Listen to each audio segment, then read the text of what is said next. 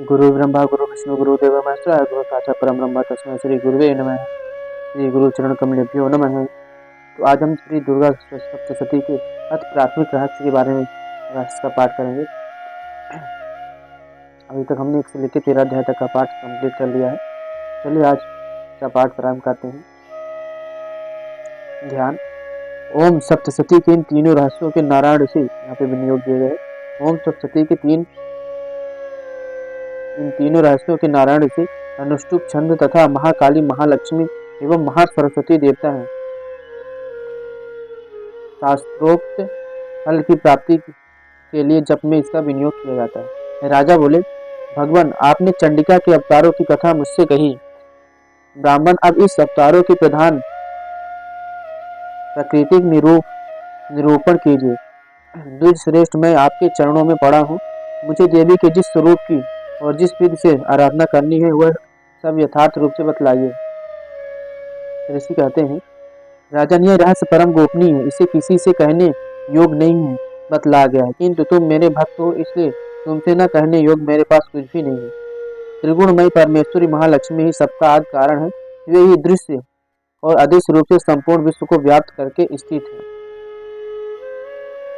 राजन भी अपनी 4 भुजाओं में मातुलुंग बीजौरेखा फल गदा खेट ढाल एवं पान पत्र और मस्तक पर नागलिंग तथा योन इन वस्तुओं को धारण करती हैं।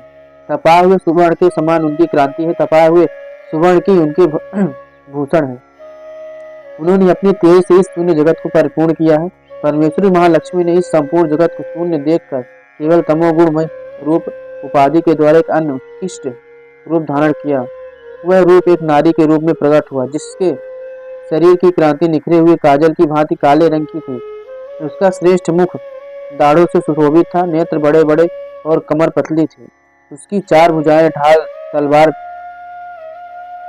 प्याले और कटे हुए मस्तक से सुशोभित थी। वह वक्ष स्थल पर कबंध धड़ की तथा मस्तक पर मुंडों की माला धारण किए हुए थे। इस प्रकार प्रकट हुई स्त्रियों में श्रेष्ठ तामसी देवी ने महालक्ष्मी से कहा, माता जी आपको नमस्कार है, मुझे मेरा नाम और कर्म बतलाइए। तब लक्ष्मी जी ने स्त्रियों में श्रेष्ठ उस तामसी देवी से कहा, मैं तुम्हें नाम प्रदान करती हूँ और तुम्हें जो कर्म है उसको भी बतलाऊंगी।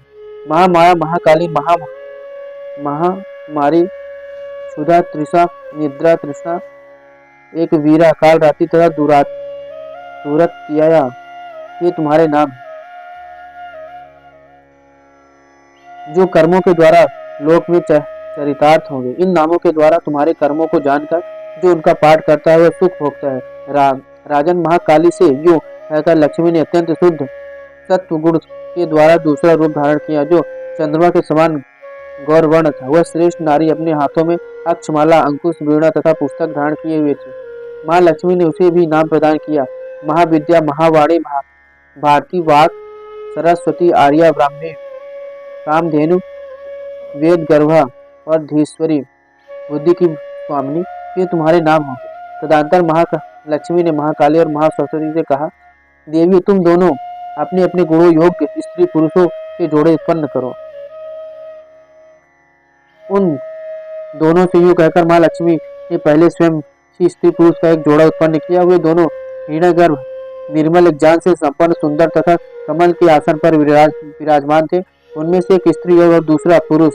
तत्पश्चात माता लक्ष्मी ने पुरुषों को ब्राह्मण विधे परिंची तथा दाता इस प्रकार संबोधित किया और स्त्री को श्री पद्मा कमला लक्ष्मी इत्यादि नामों से पुकारा। इसके बाद महाकाली और महासरस्वती ने भी एक एक जोड़ा उत्पन्न किया, जिनके भी रूप और नाम मैं बतलाता हूँ। महाकाली ने कंठ में नील सिंह से युक्त लाल भुजा श्वेत शरीर और मस्तक पर चंद्रमा का मुकुट धारण करने वाले पुरुषों को तथा गोरे रंग की स्त्री को जन्म दिया। वह पुरुष रुद्र शंकर स्थाणु कपर्दी और त्रिलोचन के नाम से प्रसिद्ध हुआ तथा स्त्री के त्रयी विद्या कामधेनु भाषा अक्षरा और स्वरा ये नाम हुआ। राजन सरस्वती ने गोरे रंग की स्त्री और श्याम रंग के पुरुष को प्रकट किया। उन दोनों के नाम मैं तुम्हें बतलाता हूँ। उनमें पुरुष के नाम विष्णु, कृष्ण, ऋषिकेश, वासुदेव और जनार्दन हुए तथा स्त्री उमा, गौरी, सती, चंडी, सुंदरी, सुभगा और शिवा इन नामों से प्रसिद्ध हुई। इस प्रकार तीनों युवतियां ही तत्काल पुरुषों को प्राप्त हुई। इस बात को जानने वा इस बात को जानने एक जान नेत्र वाले लोग ही समझ सकते हैं। दूसरे एक जानी जन इस रहस्य को नहीं जान सकते। राजन महालक्ष्मी ने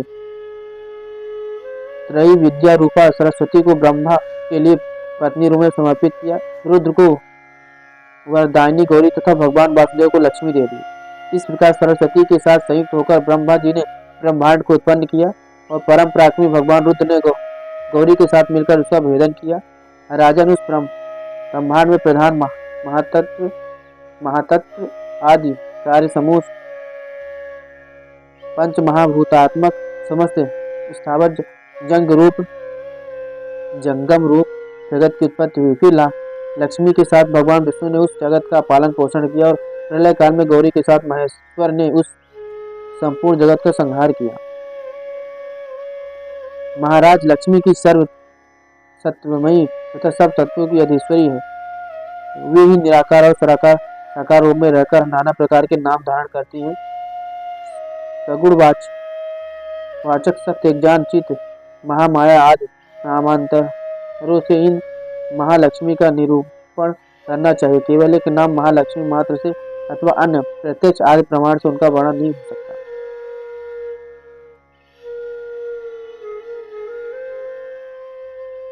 प्रथम रास में पराशक्ति महालक्ष्मी के स्वरूप का प्रतिपादन किया गया है। महालक्ष्मी ही देवी की समस्त विकृतियों अवतारों की प्रधान प्रकृति है।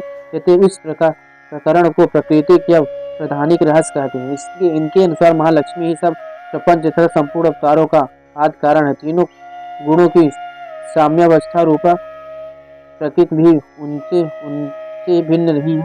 स्थूल सूक्ष्म दृश्य अदृश्य अथवा व्यक्त अव्यक्त सब उन्हीं के स्वरूप है। वे सर्वत्र व्यापक है। आष्टि भांति प्रिय नाम और रूप सब वे ही है। इस चिदानंदमय परमेश्वर सूक्ष्म रूप से सर्वत्र व्याप्त होती हुई भी भक्तों पर अनुग्रह करने के लिए परम दिव्य चिन्मय सगुण रूप से भी सदा विराजमान रहती है। उनके उस श्री विग्रह की क्रांति तपाए हुए सुवर्ण की भांति है। वे अपने चार हाथों में मातुलुंग, बिजौरा, गदा, खेट, ढाल और पान धारण करती है तथा मस्तक पर नागलिंग और यौन धारण किए रहती है। भुवनेश्वरी संहिता के अनुसार मातुलुंग कर्म राशिका, गदा क्रिया शक्तिका, खेट ज्ञान शक्तिका और पान पात्र तुरी वृत्ति अपने सच्चिदानंदमय स्वरूप में स्थित सूचक है। इसी प्रकार नाक से काल का, योनि से प्रकृति का और लिंग से पुरुष का ग्रहण होता है। तात्पर्य यह है कि प्रकृति, पुरुष और काल तीनों का अधिष्ठान परमेश्वर महालक्ष्मी ही है। उक्त चतुर्भुजा महालक्ष्मी के किस हाथों में कौन से आयुध है, इनमें से भी भेदन है। आज हमने प्राथमिक रहस्य का पाठ किया। कल हम अर्थवैदिक वैकृतिक रहस्य का पाठ करेंगे। तब तक के लिए जय श्री राधे।